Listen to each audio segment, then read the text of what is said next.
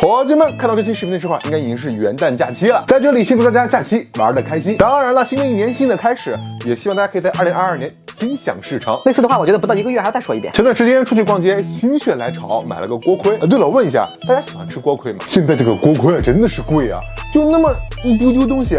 12块钱，不过味道还是挺不错的。但是这个价格嘛，严重影响了我的锅盔自由。看了一下教程啊，也不是很难，咱们在家里试一下。首先咱们切点葱花，倒上肉末，咱们来调个肉馅，盐、糖、五香粉、孜然粉、料酒、生抽，然后给它抓拌均匀。下一步准备400克中筋面粉。不是没面了？好吧，咱们用高筋代替一下。240克水，咱们边倒边搅，搅成这种絮状，然后就到我最讨厌的环节，揉面了。等一等，我是不是忘了放什么东西？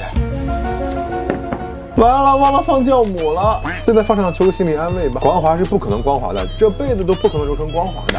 然后盖上保鲜膜，象征性的醒30分钟。面板咱们涂一层油，面团搓成随机的长度，然后给它们切成随机的大小，再放上随机的肉馅，然后再给它们包起来。我知道包了丑，你们就别说我了。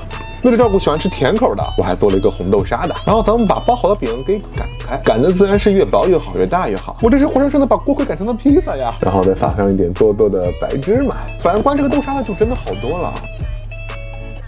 放入烤箱230度，烤10分钟，咱们的锅盔就 OK 了。哇，这感觉！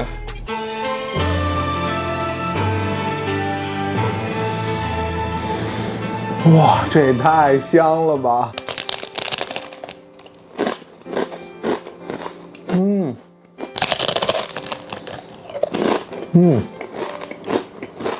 吃起来特别酥脆，可能是太薄了，我这个吃起来有点像烧饼，不过味道还是很不错的。那咱们来一口，怎么样？感觉如何？这次没骗你们吧？嘎嘣脆！我宣布，以后请叫我锅盔小王子。不过因为这个擀破了啊，所以说吃起来特别薄，也会更加脆一些。这个呢就是稍微厚一点的。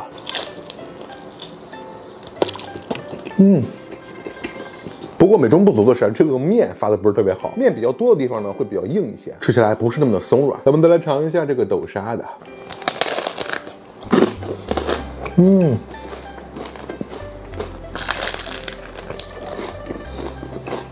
其实我跟你们讲，这个豆沙的，对不上焦啊。这样行了吧？大家看这个豆沙的，其实才是最好的、最完美的那个。上下2层皮儿，中间夹着馅，吃起来口感上比这个肉的呢要更好一些。其实今天呢，我呢还做了一个芝士的，不过就是有点糊了。不是，你管这叫有点儿？